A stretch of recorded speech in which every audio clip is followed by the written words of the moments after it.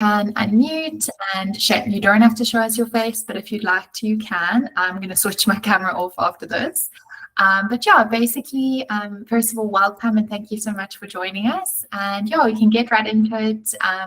Tell us a little bit about your experience, the hospital, the environment. Yeah, we can start there. Okay. Hi, everybody. I hope you're well. Dr. Chibase, like she said, I'm currently doing my first year of internship at Sedibeng Hospital. So, Sebokeng Hospital is a regional hospital here in the Sedibeng District. We are currently the referral hospital for like a number of hospitals, the main one being Kopanong, which is kind of our sister hospital. So you will do like a couple of rotations there, but in second year. And then there's a couple of other hospitals in Cecilberg and a couple of clinics as well. So we cater to a very large population currently, and it's an 800-bed hospital. So you can imagine it gets overwhelming sometimes. Of course. So the first thing, so what do you want to know? The first thing that you okay, Shem, let's start with so you said you're in your first year, or you can talk us through maybe the rotations you've been through. Yeah, just your working hours, call hours, the teaching that you received on those rotations, things like that. Sure.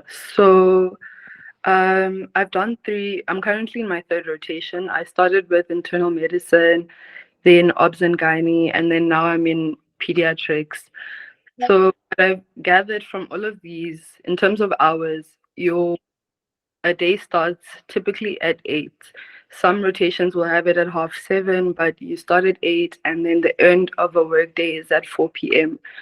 From 4, that's when, if you're on call, that's when your call starts from 4 to 8 the next day. And in call, then you'll have 24 hours there. So some rotations like internal medicine and obs and gynae, they'll give you pre-call, but pre-call usually starts at 12.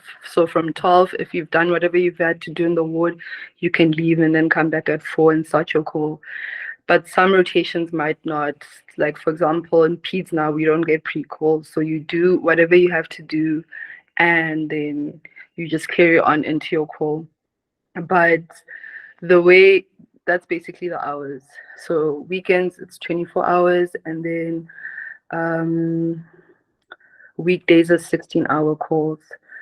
So, but you can work around it. For example, we're not technically allowed pre-call in peds, but we work together as a team as interns. You must have some sort of camaraderie with your colleagues because you will need. I feel like teamwork makes the dream work essentially. So sometimes if you see that someone's on call, you can be like, no, we'll cover for you as much as you can.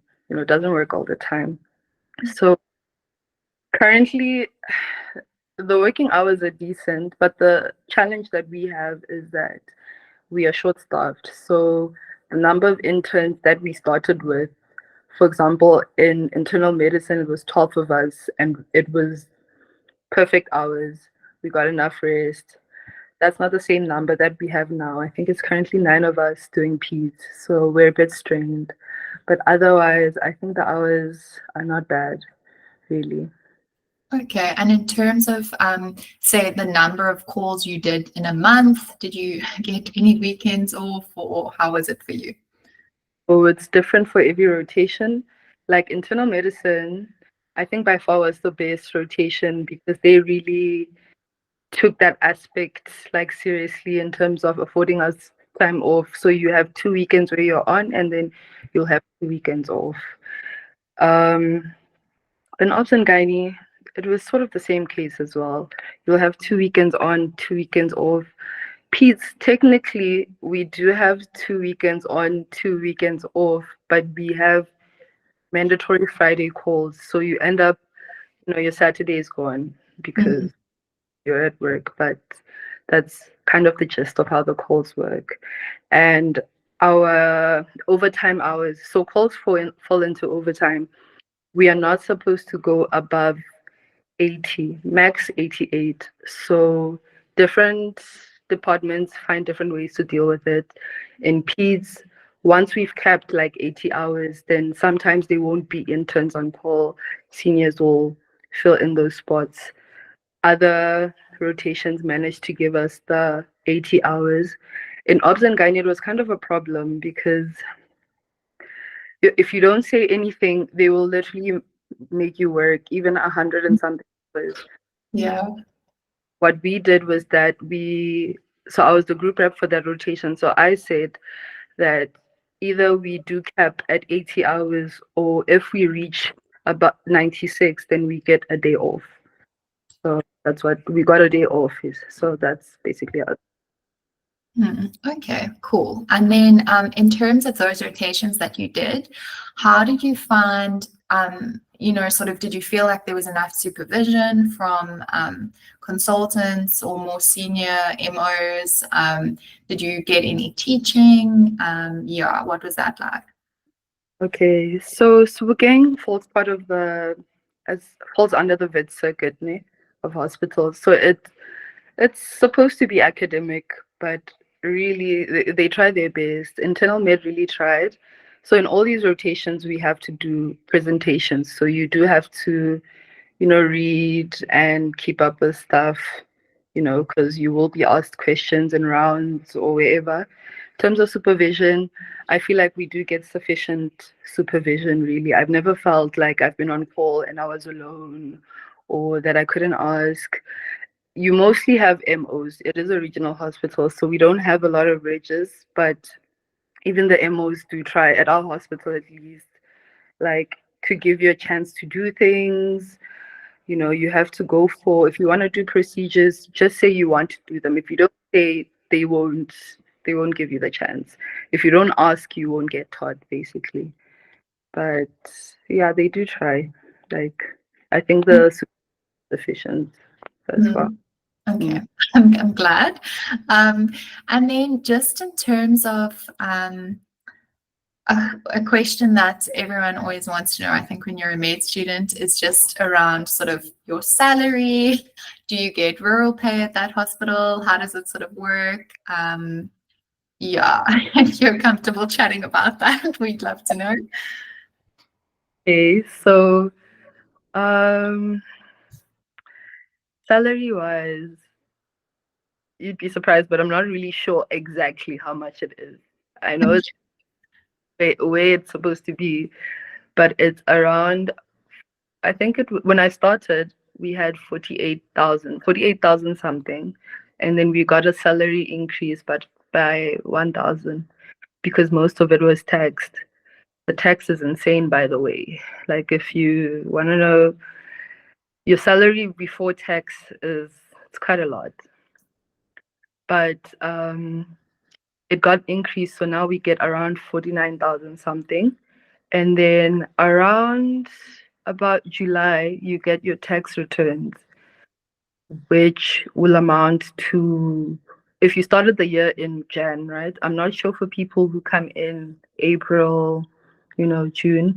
But if you started in Jan, then your tax returns around July should be almost 30,000.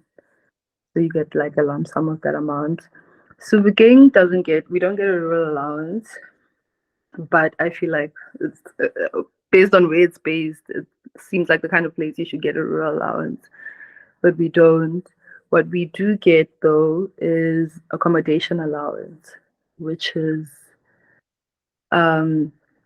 It's a sum of 30,000 every 6 months. Yeah. Okay, that's quite cool. So is there a DQ there, or is there no DQ and that's why they give you accommodation allowance, or what would you say sort of living environment is like? Yeah, the DQ story is long. So it's very long. So basically, the HPCSA came a few years ago, and then they deemed that the DQ that Sebokeng had was not, like, the conditions weren't okay. So Sebokeng has to renovate the place. During that time, they implemented the whole accommodation allowance thing. So to simply answer your question, there isn't accommodation at Sebokeng Hospital, but the hospital has outsourced accommodation. I think the male interns stay in it's a community healthcare center accommodation called Joan Yanes, which is 20 minutes away. It's in Vanderbijl Park. And then the females stay in Kopanong, which is not too far from Sebokeng. But that isn't Sebokeng's official accommodation. They just outsourced the place. People are supposed to move out actually end of this month. But during that time, they still give us the housing allowance. So you're not obligated to live there. I never lived there. I found my own place.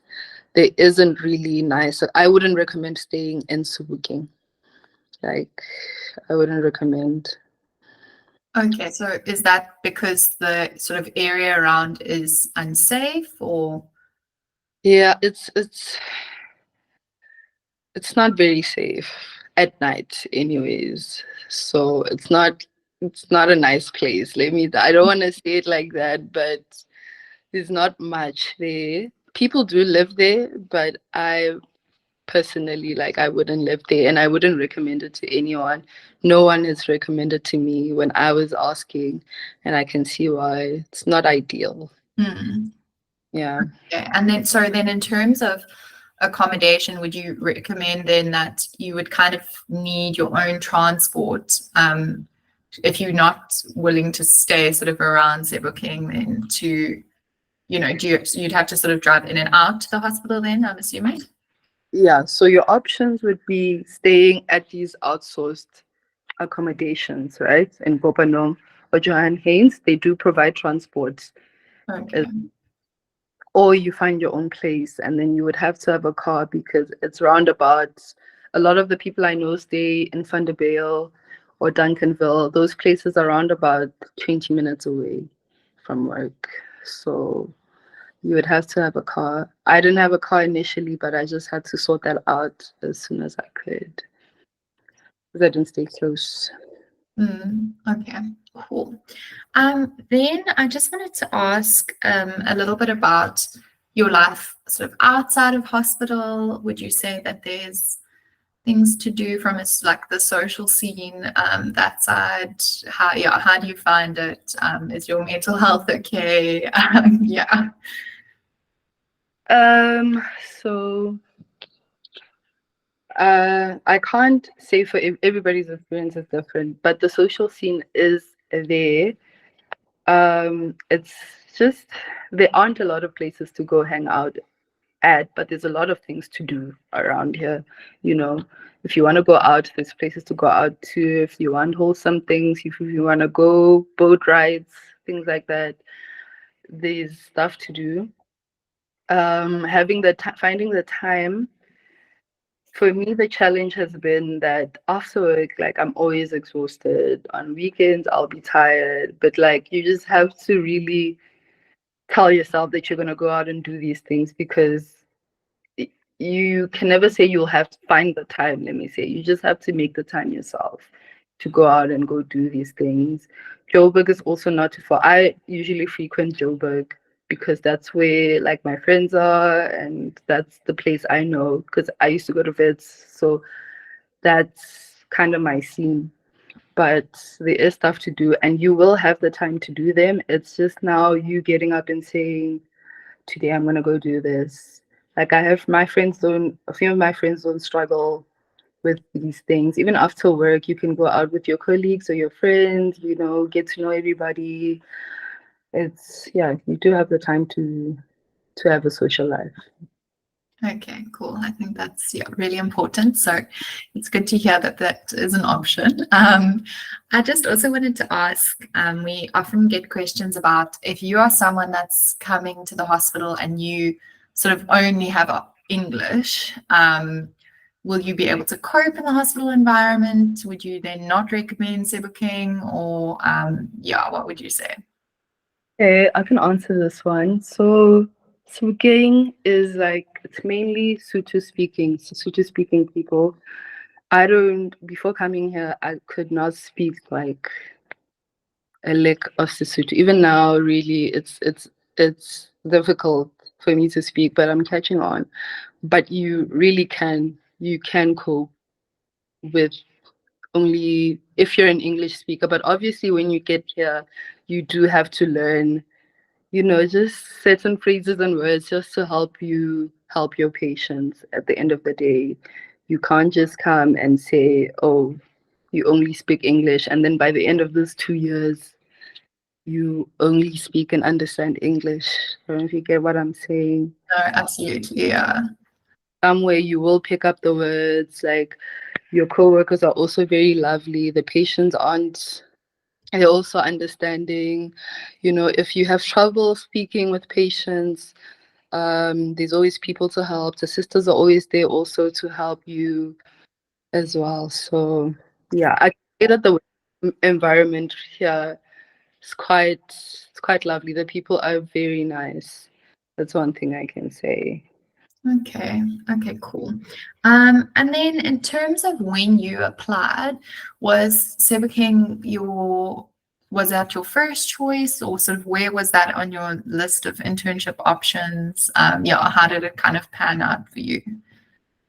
So when I applied, I just my thought process was that I want to stay within the vet circuit, but I didn't want to be like your Barra or Simja because I just wanted a break from that. So Sebokeng was my first option, and that's the option I got. So yeah, I can't remember what else. I think Tele was my second, and then my third was Edenvale. And then obviously the other two were outside the province, like Limps and Porch. Okay. Yeah, it's an interesting mix, but I'm really glad you got your first choice. I just wanted to ask, we've had a few questions about as well. Would you say that, so say for example, in your OBS experience, were you able to get sort of your 10 C sections and your other sort of procedures? Did you find that you've had a lot of or enough exposure to that, or did it feel more like you've been just sort of pushing paper, they like to say? The OBS experience is very funny because my OBS logbook still isn't signed now, but the OBS experience we worked like there. I can say you really work. You do as much as you're required to do a lot in terms of C sections. Let me start with the C section. You must, I think, take initiative really. If you ask a senior, let's say you've assisted in your C-section for 2 weeks, and then you can just ask your senior, whoever you feel like you want to ask, and be like, can I cut today? They'll be like, yeah, sure. It's really up to you.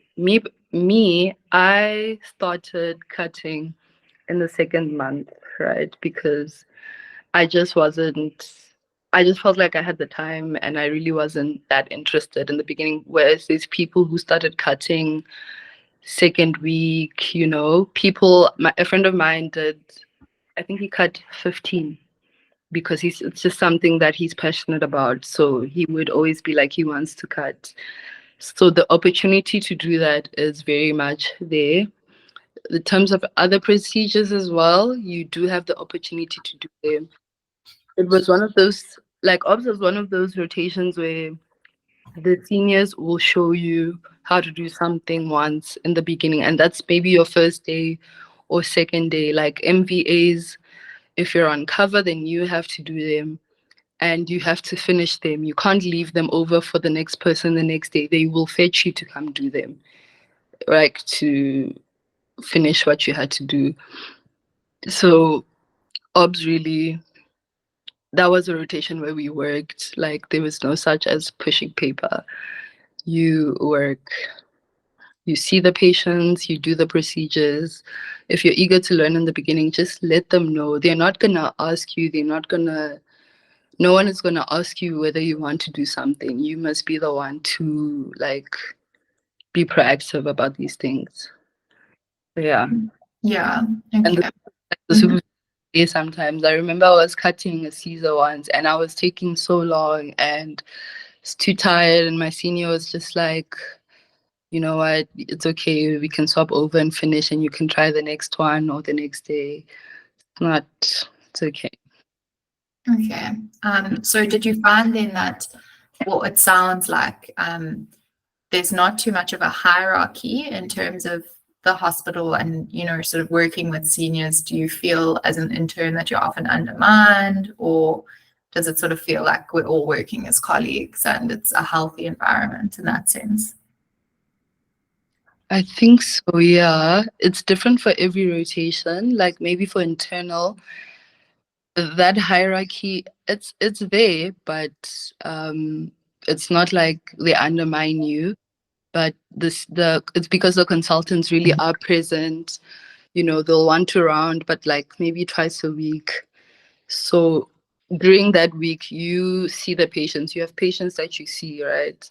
Like maybe one cubicle, you and another intern. So every ward, like med ward, would have like two interns sometimes. So you guys see one cubicle together. Sometimes you're alone seeing that cubicle, depending on where the other intern is. The nice thing about internal med at Sebokeng is that you also have a week like where you'll be doing clinic, and then there's a week where you'll be doing ICU and high care. So you see the ICU patients or high care patients that whole week. You come up with plans, but your seniors still review them, or they'll be reviewed during the consultant ward round. But there wasn't. I didn't feel like I was being undermined or anything. And Obs and Gynae and Peds, a lot of the time it's you and the MOs and the Regis working together as a team to like finish whatever. And then the seniors will still review your work here and there if they need to. So nah, haven't felt undermined. Maybe like when I went to radiology once, but he apologized afterwards. So Okay, good. As long as you apologize, then we can move past it. But yeah, no, I'm really glad to hear I that. stand up and say you can't speak to me like that. That's another you because you know seniors sometimes, but really sometimes you have to stand up for yourself, else people walk all over you. Yeah. Yeah, no. Wise words. But we've just got a few questions in the chat, so I'm just going to go to some of those. The one is just about, we've had with some of our other hospital reviews where we've looked at sort of tertiary hospitals, and people are always very positive about they're very well resourced and you never sort of have to struggle with, you know, a sterile pack or something like that. How would you say Sebokeng is sort of resource wise? Like the basics, you won't struggle with the basics, like what you said, sterile packs, gel codes, needles.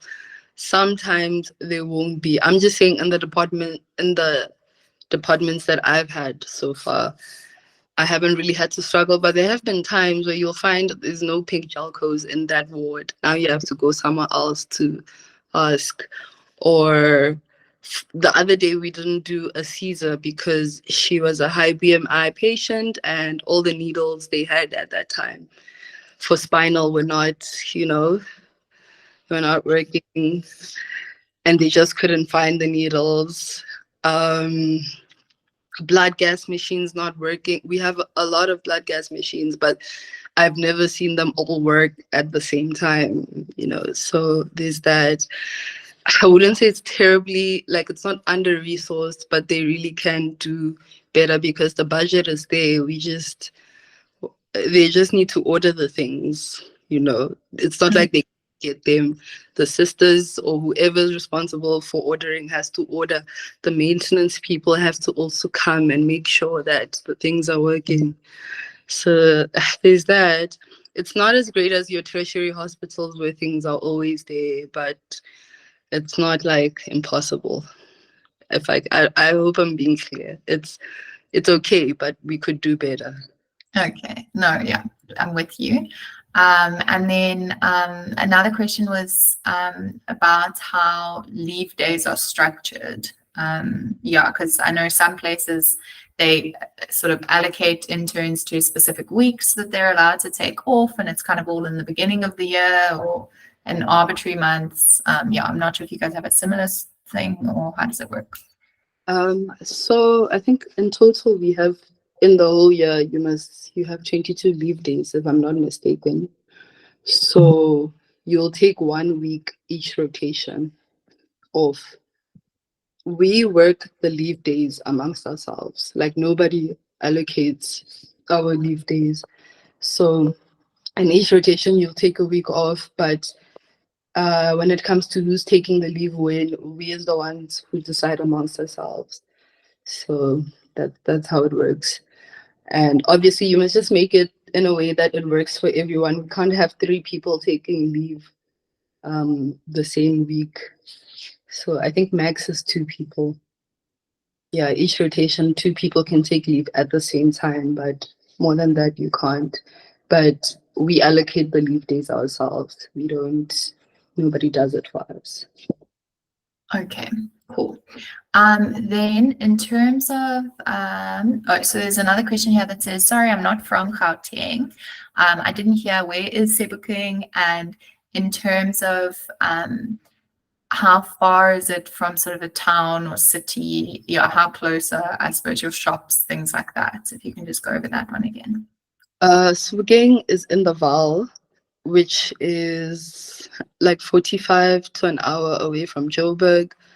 Vanderbilt Park, which is basically where everybody, basically town, or the main place. That's where the big mall is. That's where you find things to do.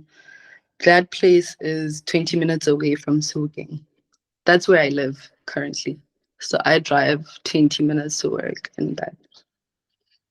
Okay, cool. Thank you. Then there was just a question about, someone says they've heard that HR is non-existent. Is that the case? Like what? For I don't know, what do they mean by that? If this person could elaborate. Yeah, I'm not sure. Malunga. Oh, here we go. Do you know if your colleague? Oh, sorry, different question, same person. But we'll hop to that one and then come back to the HR. They say, do you know if your colleagues picked Sebokeng as first choices? Yeah, let's start there. So I feel like I'm the only person I know that picked Sebokeng as their first choice so far. Anyways, I think I'm the only person I know. Like everybody else did have it in their mix of options, but I think I'm the only one I know that had their first choice. But also last year, in terms of intern allocations, I think I was quite lucky because for some reason people weren't, like, a lot of people were not getting picked for their first choice. You'd apply to BARA, which takes anyone and like everybody, but people were not getting it. So I think there was that issue, but I'm the only one that I know. Okay. Okay, I understand what they were saying now. Sorry, about the HR. They were saying in terms of like approval of leave, things like that. How do you find HR to be? I've never had an issue with HR. Also, HR doesn't approve my leave. My HOD approves it. Also, like the way it works is I'll go and leave. Let's say my leave is next week, right? I've already said that my week is next week. I just need my HOD to sign the forms, and then the HOD hands in the form to HR. Or if like they want me to hand it in, I'll hand it in. But HR is not approving my leave technically. Like I'll go and leave, I'll still come back and hand in my leave. Sometimes I've gone on leave and then come back and have my leave form signed, but I'd already gone on the leave. So I've never had a problem with them. Okay. Even like in the beginning when there was all those forms we had to sort out, like they were very quick with it. Hey, I got paid on time, like everything like was okay. But I know that there's people who weren't paid on time, but it's a very select few. Okay. Yeah, that was actually our next question about getting paid in the beginning of the year. We've heard some horror stories, but yeah, so like you said, you were paid on time and you've been paid on time every month? Okay. Yes, every month. Then someone just asked about, they've heard that the living allowance might be cancelled. Is that true? And then also they're wondering how much sort of ballpark do you pay for your place where you're currently renting? Sure. So the living allowance thing is an issue. Like my group, when we started this year, we filled in the forms and stuff, and the assumption was that we were going to get the living allowance because they still haven't finished the renovations. And then come June, they were like, we're not getting it anymore. So we had a meeting with the finance people, like all the interns and the group reps, and we were just like, basically, we just had to advocate for the living allowance, to just be like, you guys haven't provided adequate accommodation yet, so we still have to get this accommodation allowance. And they were telling us that they don't have the budget for that anymore, and it just didn't make sense to us because they still give our second years still got their allowance, and they still gonna get it in December again. So we had to sort of advocate for that, and then they gave it to us, I think July. Yeah, month end July, we got the living allowance. I don't know where the money came from because they told us they didn't have it, but we got it. And then they are indicating to us that it's going to be just for the period of 6 months. But their DQs don't look like they're anywhere close to being done. So that's another conversation again to be had about the living allowance, whether we're still going to get it at the end of the year, because they still don't have DQs, and the HPCSA did say, they need to first sort that out. And then in terms of my rent, I find, coming from Joburg, I find that it is quite affordable, really, because so where I first stayed, so I stayed somewhere else initially. There was a 2-bedroom apartment, 1 bathroom. In this estate, you have access to the river, they have pools, they have townhouses there if you want a townhouse, quite affordable. My rent then was 6.8. And then I moved out. So now it's quite a bit more pricey because it's a golf estate. So I moved to a different place. Also 2-bedroom, but 2 bathroom. It has other, like, more amenities. So the rent for this place is the rent 10.2, which I can do because we're getting the housing allowance, so I subsidize with that. So yeah. Okay. And would you say that there's sufficient accommodation around? Like, did you struggle to get the places that you rented, or was it not so bad? Early in the year, I didn't struggle at all. Like, it was just a matter of choosing what I wanted. Like, they were quite, because also a lot of, there's a lot of people that stay here that work at Sebokeng, and so a lot of people move out, at the end of the year, they've got their ComServe placements elsewhere, or they're going to work somewhere else. So there's always accommodation during that time. When I moved to this new place, it was quite like an awkward time of the year. It was in April, so it wasn't easy finding this place, but I did have options. It was just a matter of just deciding what worked for me. There's plenty of housing in Van der Bijl Park and around. Like, a friend of mine stays in Duncanville. Never been there, but she says it's nice. So yeah, there's quite a lot to choose from, just depending on what you want. Yeah. Okay. And then we just had a question about this, how much is subsidized, but I just wanted to check. You said that was you got 30,000 over, it's over 6 months, and Yes, they so paid it. yeah, How does that work so exactly? the housing allowance is technically it's 5,000 a month, but they give you a lump sum every 6 months, so you get 30,000 every 6 months. If you get it. So you don't get 5,000 every month. You'll get 30,000 Yeah. at the June, and then the next at the end of December, somewhere there. Okay. Cool. I think that's basically all the questions from my side. I'm not sure if anyone else just on the meeting has any questions. You're welcome to raise your hand, / you can send the question as chat. Let's just see. I'm gonna say going once, going twice.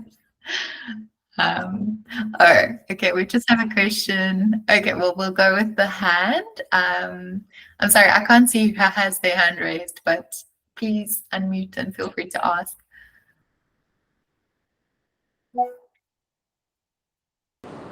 Hello. I'm so sorry if I didn't get if you mentioned.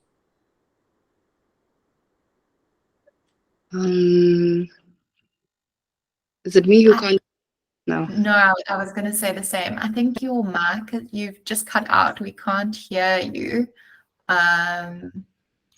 Maybe try again. Am I audible now? Yeah. Okay, sorry about that. I was asking the living allowance, is it for all interns or is it only for interns who? It cut again, but I think I get the gist of a question. It's for everyone starting internship gets the housing allowance.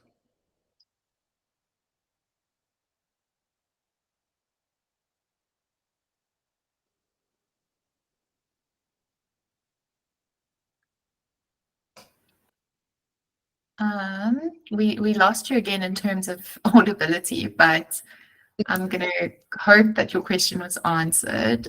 Just let us know in the chat if it isn't. Then we have another question in terms of, okay, Shem, I know you did touch on mental health and it sort of being your own, like what do you make it, I think.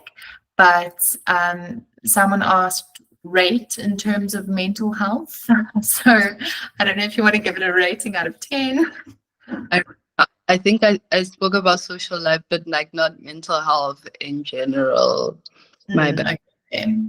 No, mental health wise, it's difficult for me because I think in the beginning it was just a matter of now recovering from final year because I was burnt out.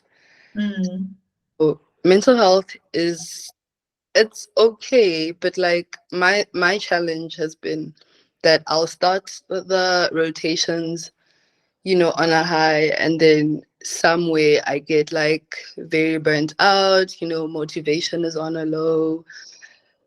In terms of the workspace, I don't find it toxic. Like work is okay. It's not causing me issues. It's just trying to tackle being burnt out and being able to wake up and come to work and do what I need to do. So that's something I'm struggling with, but it's only something that I experienced towards like last month of the block or midway during the rotation. So I'm still trying to figure out that problem. Like just finding motivation is in the mornings where I feel like I can't, So, Yeah, I think most of us on here are final year or fifth year medical students, so I definitely think we can relate to that one. But yeah, I'm glad that it's not, like you say, it's not a constant thing. So I think that's a good thing that there are sort of those moments of hope. don't center your life around work. Like medicine is something, well, the way I feel that medicine is something that I do, but it's not who I am. Like, not my entire thing. There's other things that I do outside of that to help, like, motivate. Like, I'll paint, I'll go see friends, things like that. So yeah. Okay, cool. Then we've got a question about rotations. They said, is everything like your rotations all sorted? Was that all sorted in the December before you started, or do you get that sort of admin information in January, or how did you find it? So during December, we have an intern curator. So she's a senior doctor. I think she's an MO. But she's the intern curator for all the interns. She's the one who contacted us, made sure we got our contracts, we signed them.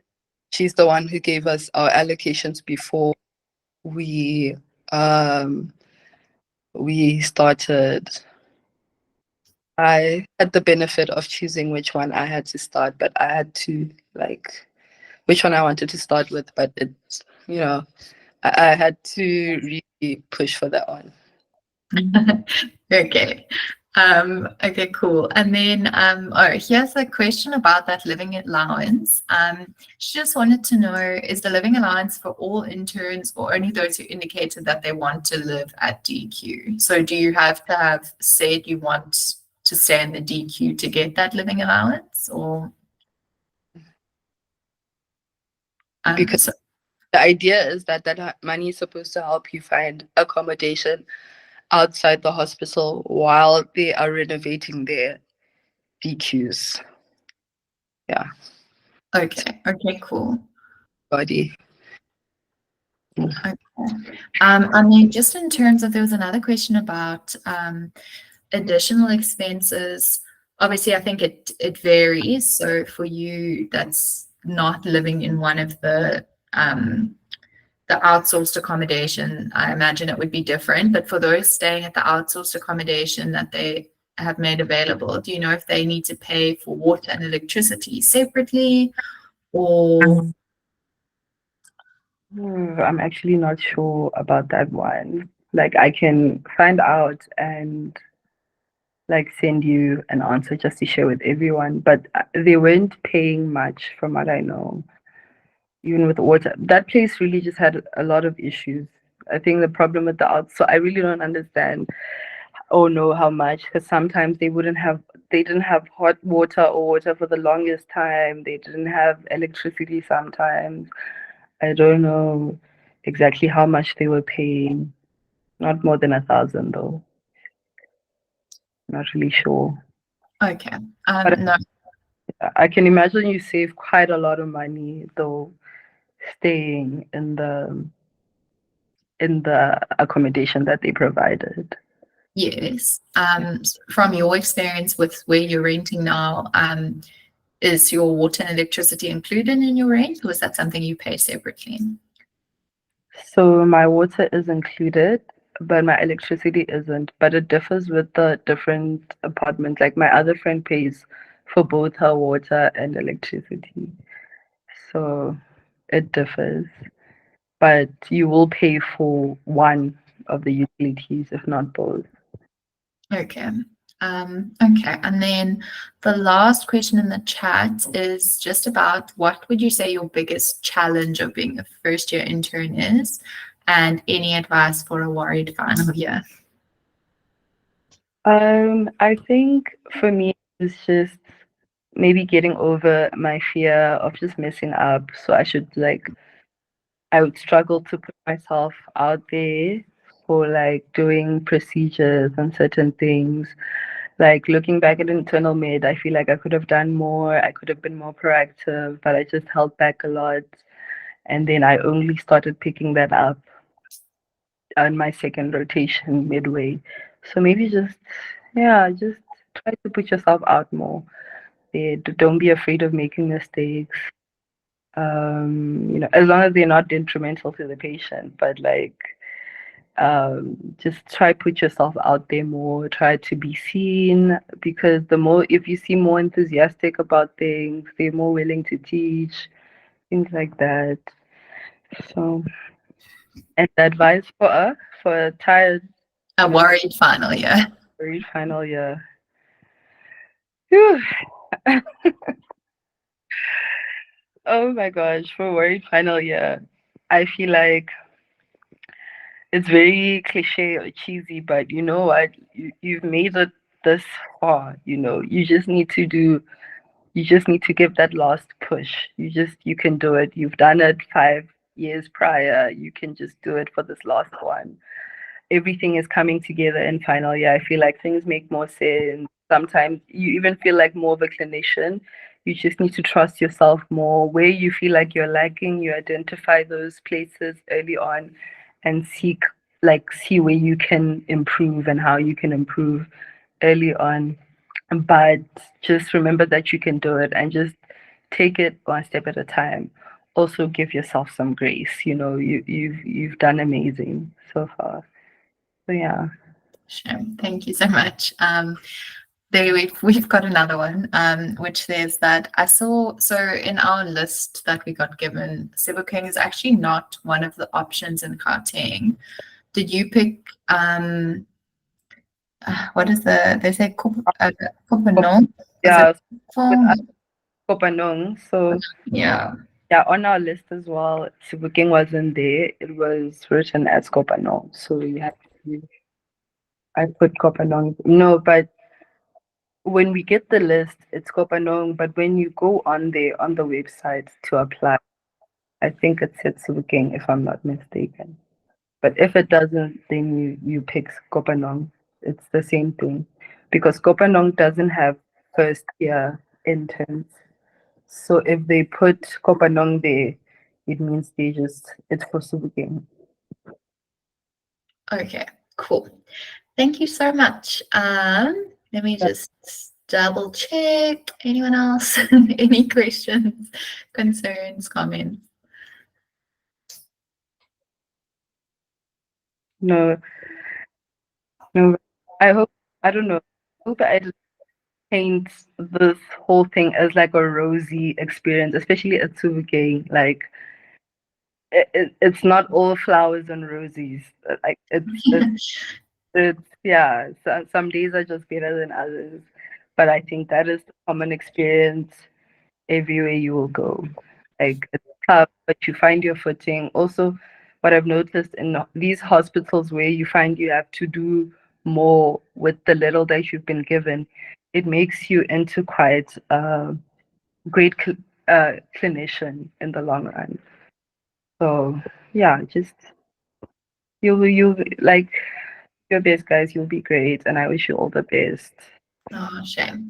Thank you so much. Yeah, it's been really lovely having you. I think that is it from our side. Yeah, all the best with the rest of your internship, and I'm sure you will see some of us next year. So that's really exciting. Thank you for having me. Of course. The last question, I think. Yeah. When are you expected to start? The first, the second, and when do you get to sort out accommodation? You're expected to be there on the 1st. As in the 1st of January, you're supposed to be there. Unless, like, if for us, we were lucky. I started in internal medicine, quite a lovely department. We started on the 2nd because they didn't want to throw us in the deep end on the 1st, on call. So 1st or 2nd. And then when do you get to sort out accommodation? You do that before you start. So it'll probably be the last week of December, depending on where you're going. So again, I know those people were sorting out accommodation around, if you wanted to stay in DQ, around the last week of December. But I decided to find my own place. So I only moved in, I think it was the 1st. So yeah. That's it. Okay, cool. Thank you so much. You must have a lovely evening. Yeah, thank you to everyone for joining. Thank you for having me, guys. I wish you all the best. Thank you. Bye.